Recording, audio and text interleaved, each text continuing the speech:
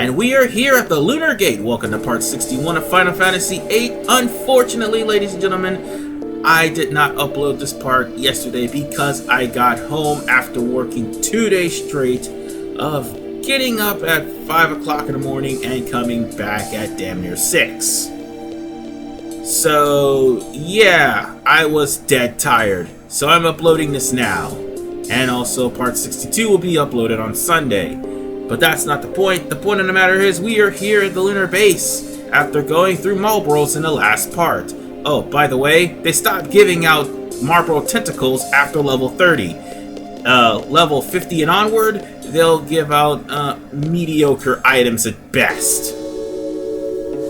Now then, even though you see Angelo, who we haven't seen since Timber, or should I say we haven't seen outside of battle since Timber, Angelo is technically with us. So yeah, Rinoa will be on our party, and of course, whatever skill Rinoa has equipped to Angelo, this would be the only time, well let me just try to rephrase that. Squall and whoever you pick as your party member will be your only time that you'll be able to level up the walks with Angelo in order to get the last 3 remaining skills for Angelo's abilities, which is basically Rinoa's limit breaks. Now, for the sake of continuing, I will say I'll do whatever it takes, because space, let me think about it, will have you to just stop what you're doing and go out and well, you could go back out and do whatever you need to, because once you get shot into space, yes, that's right folks, we're gonna end up being bullets shot into space again, just like in Paper Mario the 1,000-Year Door. It will be a while before everyone else gets back. Your party member that you take with you will get back quicker than you would. As well, let me just try to rephrase that because I just stuttered there. Squall's party member will come back later than Squall, because this is going on the verge of getting the Ragnarok. It's going to be a 4-part process of getting the Ragnarok, and this is the longest part, because after all, it's going to be focused on Zell, Edea, and a partner of your choice, as Zell is in his own party, and Edea is as well. That would be the time for you to get all the Marlboro tentacles, all the Marlboro stuff that you need, or get the Marlboro card, which would get you Marlboro tentacles. That is something that you need to keep an eye out for. If you are strong enough to get a Marlboro card, let me rephrase that. If you are lucky enough to get a Marlboro card, immediately card mod that into Marlboro tentacles. The same thing with Ochu tentacles, which Ochu will probably show up later on. Well, Ochu tentacles aren't really needed for Doom Train, but Steel Pipes are. So if you happen to run into any enemies, like say Propagators, yeah, we're gonna run into those later on in the quest to getting the Ragnarok back. They are the main problem as to why you won't be getting the Ragnarok back so easily. Eventually, you'll end up getting a card from them, which will clearly give you a steel pipe. Now then, the task at hand, which is Squall is going to be literally shot into space, along with Rinoa and Questus. And I feel sorry for the both of them, because, yeah, they have to deal with dead weight for the longest time. However, we won't be seeing them until part 62. Now then, for the trouble at hand. Even though we're left here on Earth, apparently, with Rinoa's dog and Zell feeds Irvin and Edea, our problems aren't really over just yet. As a matter of fact, things are about to get a little bit worse. You see, those Galbadian soldiers have not given up on being the sorceress's lackeys, even though the sorceress is no longer Edea.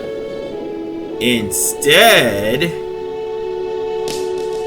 the sorceress is Ultimecia, and they're all under everyone. Well, and Ultimecia practically controls the show.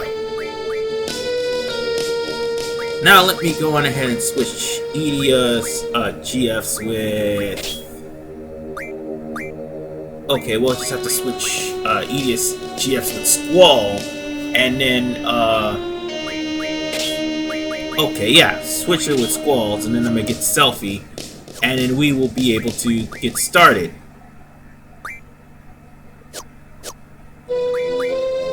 Now let's see, magic. Let me just go on ahead and heal everybody so I won't have to do that later. Good, good, good. Now then, let's go out there and see what trouble I've gotten myself into this time. Oh, and if you haven't noticed, I've gotten over 100,000 gil, which is good. It would be better if I actually had more than that, because, yeah. I would have had more than that if I had Tonberry, but I wasn't strong enough to deal with it. Now, as you can see, the Lunatic Pandora, which is the ship that the Galbadians pretty much commandeered, is headed straight for Esthar. So now we're gonna have to go back to Esthar to stop this thing's descent.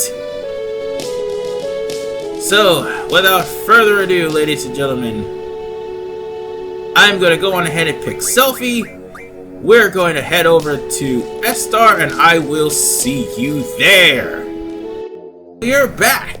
I managed to snag 2 Marlboro tentacles, and at the same time, I also managed to, off-screen, get Selfie one of her best weapons. Well, not her ultimate weapons, but one of her best weapons. And I also got Rinoa a good weapon. Well, her second to last weapon. And I also got Quistis her second to last weapon. So yeah, that's a lot of weapons I got. Nonetheless, this is where we need to go in order to meet Dr. Odin. I said we were going to come here, and yes, we are. So let's get this Quake for Selfie. I will have to do something about the level 1 magics, so I'll worry about that later, but for right now, let's get on into this place. Now then, we'll have to sit on... Oh wait, there's a double draw right here. If you're going to come back to Esthar, you will need that draw for the draw double. I mean, if you're going to use double as a stat, then by God, this is the place to get double. Now then, since we're here, let's go talk to Dr. Odin and actually get the skinny on what's going on. And Doc Odin is pretty shocked that the Lunatic Pandora is headed straight for the city. And of course, the doctor is worried that the Lunatic Pandora is actually headed for Tierce Point as opposed to the city. Well, Doc Odin doesn't sound so worried. He actually seems very excited. And worst of all, although he is taking to light the situation that's about to happen, Zell, however, is probably gonna cut him off without him telling what's going on. Because after all, Zell is probably one of the most impatient guys you ever meet.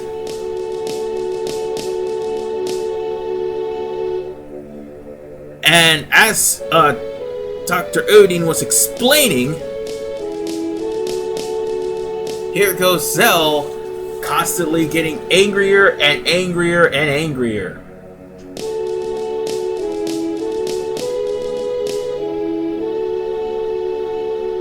Oh, yeah. Needless to say, the only thing that Zell is worried about is what's about to happen to the city. Well, nothing bad will happen to the city just yet. Well, I wouldn't say nothing bad's gonna happen to the city at all. It's the fact that where it's headed is probably the bad point that I want to stress out, because it would mean near the end of, it would mean we're basically slowly but surely going near the end of Disc 3. Meaning there's a lot of stuff I'm going to have to do before we get past this disc. Now then, here's the gist of invading the Lunatic Pandora. The Lunatic Pandora has a 20-minute time limit before it passes over Esthar for good. There are certain points where you can actually intercept the Lunatic Pandora. There is one point in the mall, another point out in the outskirts of the city, and there's one point in the western part of the mall. Now, here's the thing. The Lunatic Pandora will be headed straight for the vicinity of the shopping mall. That is where you want to go. I'll show you how to get there. It's gonna be a little bit complicated to explain. However, once you're in the pursuit of the Lunatic Pandora, keep in mind random encounters will happen, which is all the more reason why I am kicking myself because I did not get Diablos early on in the game. Had I got Diablos, random encounters would be the least of my worries. And I'm also kicking myself because I did not get the random encounters. I mean, no, not the random encounters. I did not get the magical lamp from Chocobo World. I'm still waiting for that, too. Hopefully I will get the magical lamp. But anyway, the third contact point is where you want to try to get to before time runs out. If, by any chance, you miss all 3 contact points and the Lunatic Pandora goes directly past Esthar with you not on it, it is an automatic game over and you will have to retry from where you last started the pursuit. Well, it's not technically an automatic game over. You could try again, but you will have to redo the whole thing all over again from the beginning. Now, what Dr. Odin is saying is definitely true. Or definitely a terrible thing. You see, the Galbadians are going to Tyr's Point with the Lunatic Pandora to increase the power of the monsters that are there. And probably release them on an unsuspecting planet Earth. That is the last thing anybody would want to happen. But there's more to it than meets the eye that the professor is not telling you. But enough about that, it's time for us to head to the first drop-off point. Where you want to go, you want to turn left. Come on. Come on, get out of the cutscene. Thank you. Now turn to the left. Left, you idiot. Left. Left. No, dumbass. To the left. I'm referring to past me as a dumbass, not Zell. Now, you want to keep going on this road. This is where you need to go in order to get to the rendezvous point. Oh, and mind you one thing. Again, random encounters will happen. And, of course, you will have to deal with them before the time limit. Because if you're still stuck on a random encounter, by the time the ship passes by, you'll have to go to the other contact point.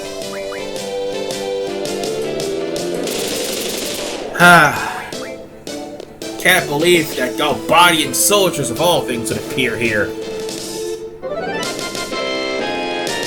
Now then, let us head on out. And of course, I got another 10,000 gil. That is fantastic. Keep going this way, don't go right. Going right is not going to actually help you out. That's only if you're going for the secondary path. Now turn to the left. Here's something else I need to explain.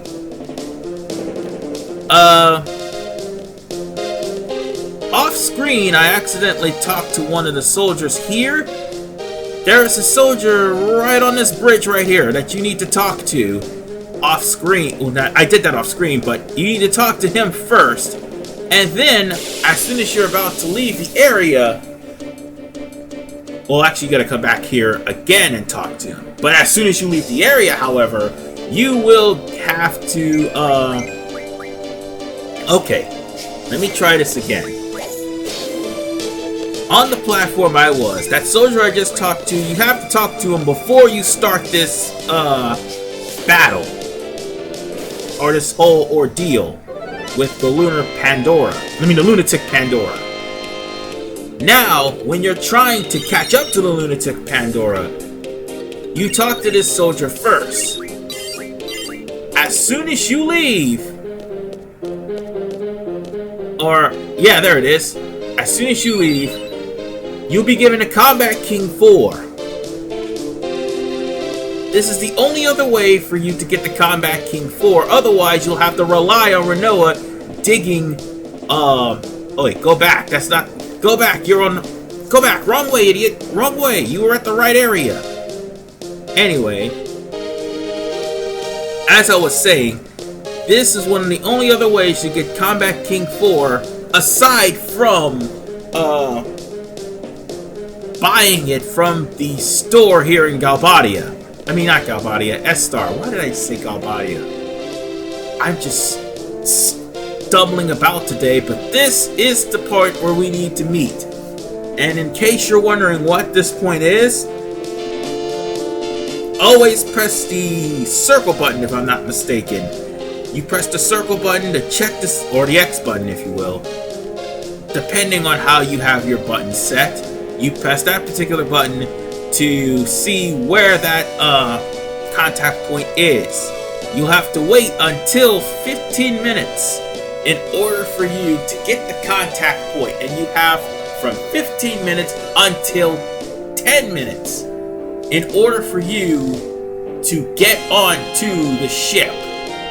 If you miss out on one contact point between that time frame, you just gotta go to the other contact point, and then you'll have from 8 to 5 minutes left on the clock to get to the second contact point, and then you'll have from 3 to 0 minutes on the contact point for the third one. So make sure you get the first one. The first one's not too hard to find.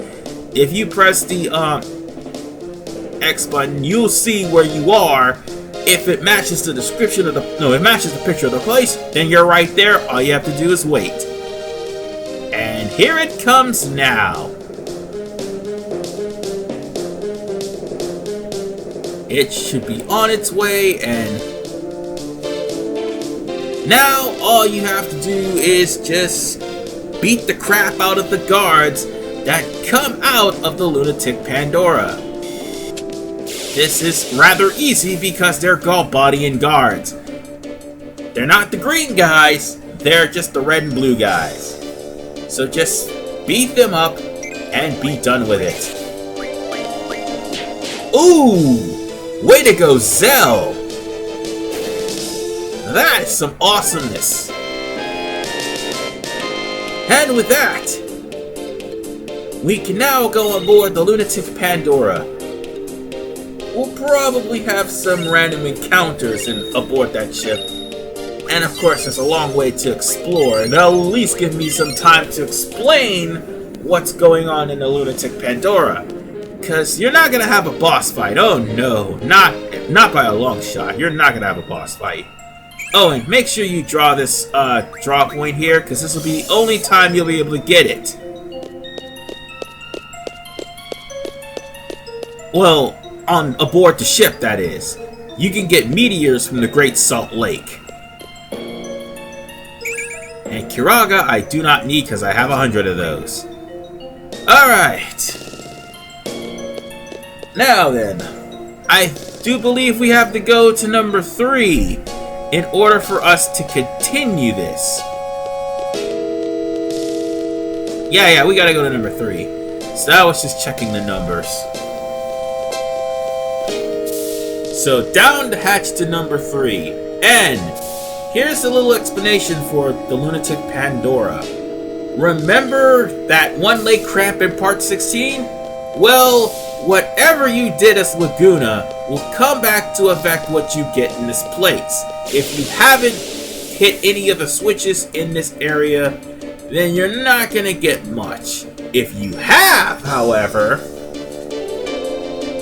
I do believe there is an item here that you can get, and also there is an Ultima draw that is a one-time only thing. Oh yeah, I also forgot to put on Move Finder. Oops. No, but I didn't get the ultimate draw regardless, so all we have to do is practically climb the ladder. And of course, Sorceress Edea is clipping through Zell, which is rather hilarious, to be honest. And that is a confused draw point, which we don't need because we had 100 confused starting off. And I think we could just cross over here. But you do get items here. I do believe one of them is also a strength up. And also you get a Combat King 5, which, regardless of what you do, is going to be in the vicinity. That's the only thing that I'm worried about, because I do not want to have to also rely on Rinoa to find Combat King 5, let alone buy it, if I can get it for free. Not this door, not this door, not this door. Let's keep going. Up. This is where the Ultima draw point would be, right next to the Combat King 5. Speaking of which, let's check and see, because I was cut off mid-sentence on the Combat Kings. 3 gave you one of the more important one, Meteor Barrette. 4 gives you different beat. And 5, I do believe, is My Final Heaven. You need Meteor Barrette in order for you to pull off My Final Heaven without any problems. And My Final Heaven is actually one of the most powerful limit breaks in the game, next to Lionheart. Because this also breaks damage limit. You needed Meteor Barrette in order for to actually pull off the combo, to pull off a finisher like My Final Heaven. So that's why I was so, I was about to say, but I got cut off as the part ended. So now all we need to do is explore Cavern 1 to continue with the story, because Cavern 3 had a lot of goodies. And I forgot to open the tube so I can get the goodies. But nonetheless, it's alright, because after all, there's still Chocobo World. So, what monstrosities here? Oh. There's no monstrosity here. Just Galbadian soldiers. I swear, these guys are not getting paid enough for the ass whoopings that they are taking. It's as if Sorceress Edea has them as expendable beings. There's nothing here, and oh yeah, somebody's playing Warframe. I've never actually played that game before. And at the end of this tube should have been an item. Again, I missed out on that item. Nothing's here, so let's keep going.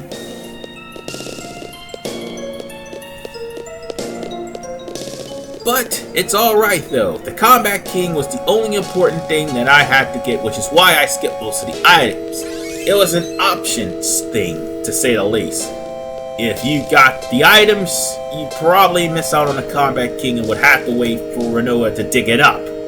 If you got the Combat King, you'd miss out on the items. Sort of a damn if you do, damn if you don't thing. So now we're done with the third lift over here. Let's go to the first lift. We don't need to go to the second lift, because there's nothing of importance there. Okay, there is nothing of importance here. We've already got the Kiraga draw. As a matter of fact, Edea, ironically, comes with Kiraga off the bat. We didn't have to draw it for her, which is really good. She comes off with a lot of magic, so before you, oh, there's that thing again. Micro missiles, of course. Oh! I forgot it had gravity.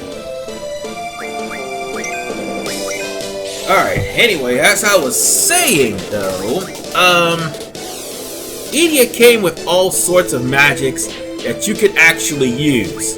It would be in your best interest to, like, get all the magics, well, exchange magics with her. Or, like, just take all the magics from her that you need. I mean, she does have, I know she has flair, I know she does. But if you are looking for I think she also has Meteor too, that's right. But if there's anything she has, it's also Haste and Slow. So, yeah. You might want to snag some from her to complete out your, inventory of magics. Or more along the lines of complete whatever magics you have a low level of, so you can junction them to, use them for something other than just magic. Like, for instance, improving your stats, so you'll be able to go through the rest of the game without any problems. Alright. Once we destroy this thing, we'll be on our merry way.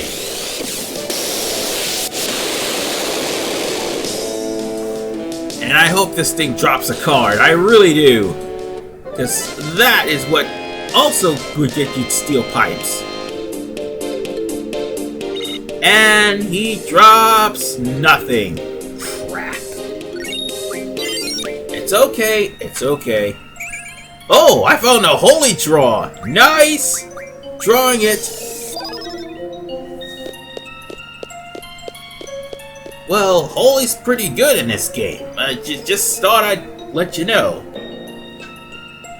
I mean, we don't run into any undead enemies, but yeah, having holy will actually help your stats. So, I wonder what's in this hole here. Oh, you know, I've been down here before. I wonder if there's any goodies or anything of that nature. Nope, just Galbadian guards. God damn it. And we strike first, too.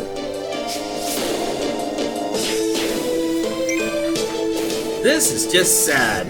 Except for the mech that's there that will just reduce our health with gravity-based attacks like missile, barrage. The Galbadian soldiers are just nothing more than just panty waste.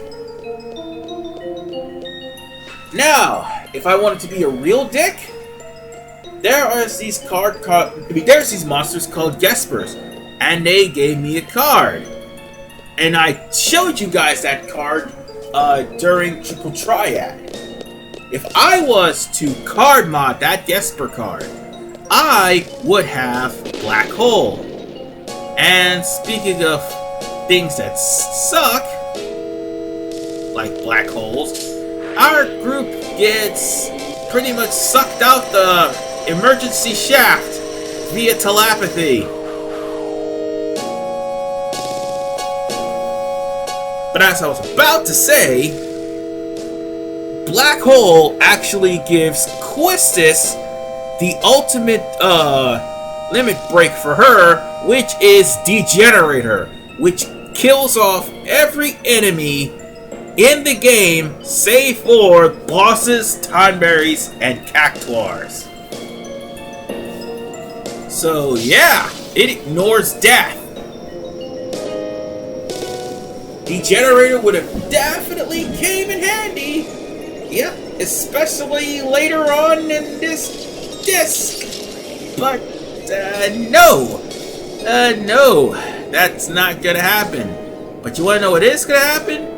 Galbadia is responsible for releasing a sorceress. Yeah, and her minions.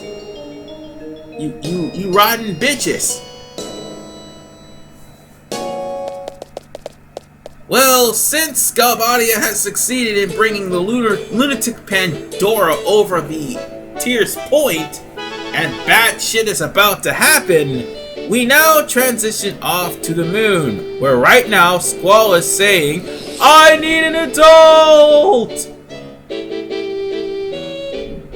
Seriously, poor guy. It's bad enough he's been hit in the shoulder with an icicle, now he's being launched into the moon. Or launched into space. Oh lord. I thought I just saw the space cube there not too long ago. Or was it the space core? Yeah, that was the space core. What do I mean by space cube? But anyway, these guys are going to pick up everyone who has been shot into space. So yeah, we're in space. Space! And they even made a space safety net for all the capsules.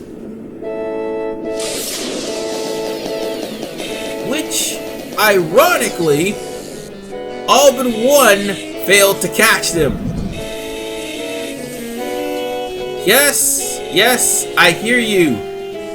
I hear you out there, Rinoa. I know that you're in grave peril. Oh, sorry. Kind of a force of habit whenever I hear rumbling or destruction outside. Oh, by the way, it's about to rain. That sucks. But anyway, the task at hand.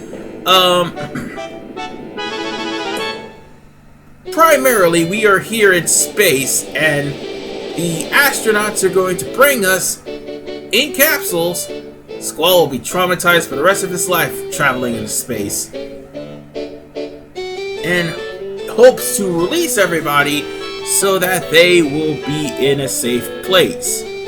I meant release everybody in an area where there's no gravity, and not to mention release everybody in an area where there's at least oxygen. We don't want people to die, after all. We already have one dead body. We can't have 3. And I don't know if Phoenix Downs will ever revive people that's suffocated to death.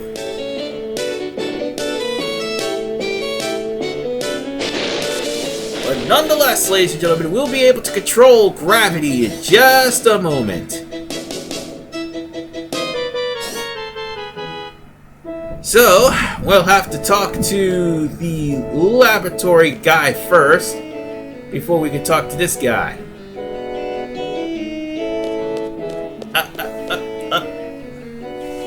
I think I may have to switch GFs in a little bit.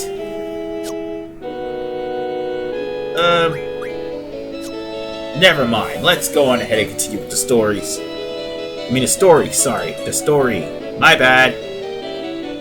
So, all we have to do is give the guy the letter of introduction, and the medical staff is like, 17, 18, is she dead? Don't touch her!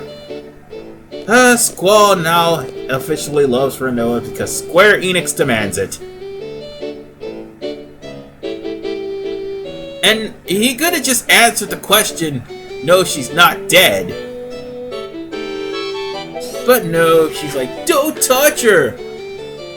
But with that said, ladies and gentlemen, I do believe we are done here. In the next episode, we are going to spend the rest of our time in this space station. What could possibly go wrong with Rinoa unconscious? I mean, hell, we barely have any random encounters here.